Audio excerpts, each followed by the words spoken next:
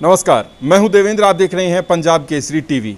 आज संयुक्त किसान मोर्चा की तरफ से भारत बंद का आह्वान किया गया था। जगह जगह से खबरें आ रही हैं कि भारत बंद जो है सफल है और रेलगाड़ियां रोक दी गई हैं, ट्रैक पे किसान बैठे हैं, नेशनल हाईवेज जाम कर दिए गए हैं और कांग्रेस का इसको पूरा समर्थन है, इस भारत बंद को। और इसी को लेकर राहुल गांधी ने भी ट्वीट किया है कि आज किसान जो हैं वो भारत बंद किए हुए हैं। इसी को लेकर बात करेंगे। असंध से कांग्रेस के विधायक शमशेर सिंह गोगी मेरे साथ हैं। आइए बात करते हैं। गोगी साहब, आप किस तरीके से देखते हैं आज का भारत बंद? देखो, एक जुल्म के खिलाफ और तानाशाही रवैये की जो सरकार है उसके खिलाफ किसानों का आंदोलन करीब 1 साल हो गया जब से ये कानून बना है। पंजाब से शुरू हुआ था और 10 महीने से ये दिल्ली बॉर्डर पे चल रहा है। लेकिन सरकार इतनी निर्दयी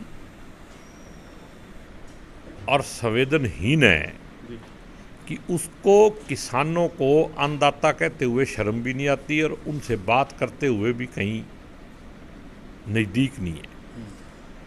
अगर वो चाहते, उनकी नीयत ठीक होती तो ये समस्या का समाधान कभी का हो जाता।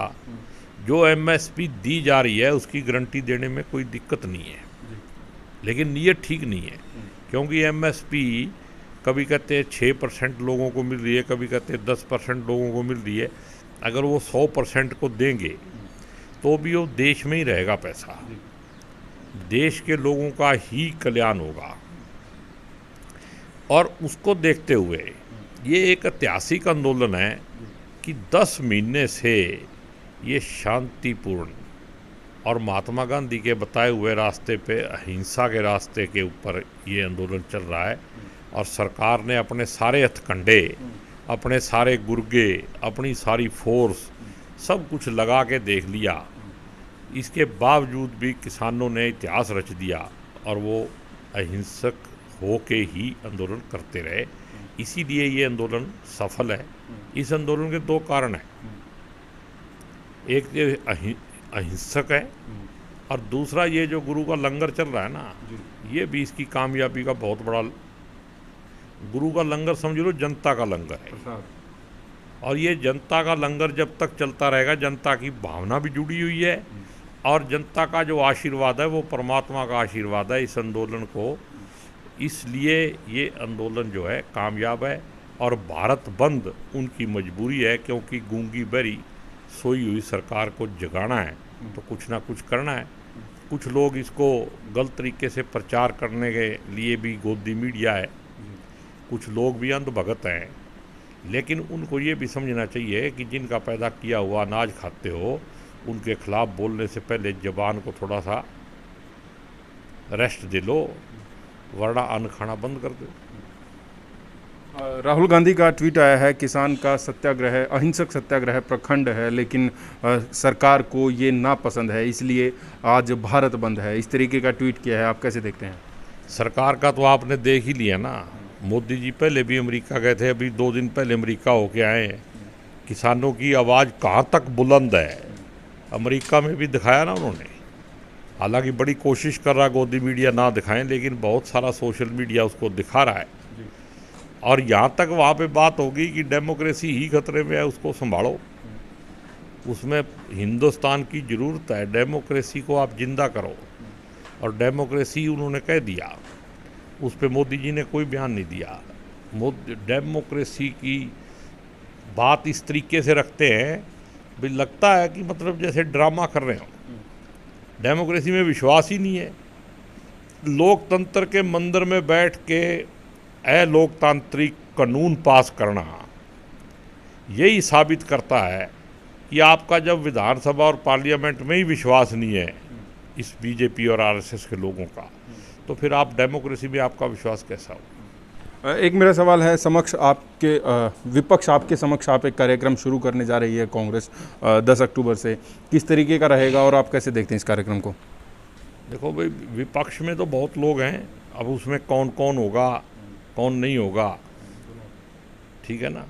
जब कांग्रेस जनता के द्वार जाएगी, जब वो ज़्यादा अफेक्टिव होता। अगर कांग्रेस जनता के द्वार जाए तो, और संयुक्त रूप से जाना चाहिए, ऐसा मेरा विचार है। बाकी तो बड़े लीडरों का काम है, हम तो छोटे आदमी हैं। लेकिन मेरा ऐसा विचार है कि कांग्रेस को इकट्ठे होके जनता के दरवाजे पे जाना चाहिए, नतमस्तक होना चाहिए, उनकी समस्याओं को सुनना चाहिए और फिर तभी कामयाबी मिलेगी। जिस दिन विधायक दल की आपकी बैठक हुई है कांग्रेस के चंडीगढ़ में, उस दिन आप वहीं मौजूद थे। आपकी तरफ से ये सुझाव नहीं दिया गया कि कांग्रेस आपके द्वारा नाम इसका रख लें, विपक्ष आपके समक्ष ना रख के? नहीं, मैंने अपना सुझाव दिया था, लेकिन मेरा सुझाव किसी ने माना नहीं। मैंने कहा था कि आप प्रदेश अध्यक्ष से बात करके इसका एक ऐसा प्रोग्राम बनाओ। ये तो मैं आज बता रहा हूँ कि कांग्रेस आपके द्वार जानी चाहिए। उस दिन तो कोई वहाँ पूछने वाला ही नहीं था। वहाँ तो उन्होंने सुझाव मांगा, तो मैंने सुझाव दिया कि मेरी ये राय है एज ए कांग्रेसमैन कि प्रदेश अध्यक्ष से बात करके साझला प्रोग्राम बनाना चाहिए और तभी जनता के पास जाना चाहिए, मीटिंग करनी चाहिए, सब कुछ करेंगे।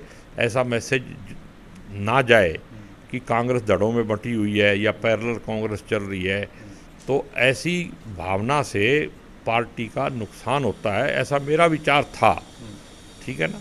लेकिन आपका जो विचार था वो आपको लगता है कि माना नहीं गया, ना ही प्रदेश अध्यक्ष से बात की गई, और अभी आपने कहा ऐसा लगता है कि धड़ों में बटी हुई है, तो हम मान लें धड़ों में बटी हुई है? नहीं, मैंने कहा धड़ों में बटी हुई है या नहीं बटी हुई है, धड़े तो हैं ही हैं, उसमें तो कोई दो राय नहीं है। अगर मैं ये कहूँ कि धड़े नहीं हैं, फिर मेरी बात को कौन मानेगा? धड़े तो हैं, लेकिन धड़े भी हेल्दी संघर्ष के लिए होते हैं विद इन पार्टी, ठीक है ना। उसको मतलब अगर अदरवाइज ओवर लेके चलोगे तो फिर वो नुकसान में जब चले जाए तो फिर वो धड़े नहीं रखने चाहिए। ऐसे धड़े की ज़रूरत नहीं है जो पार्टी का नुकसान करे। पार्टी हित में धड़े होने चाहिए, हेल्दी संघर्ष होना चाहिए, और संघर्ष सत्ता के लिए है वो भी पॉजिटिव है, उसमें भी कोई दिक्कत नहीं है।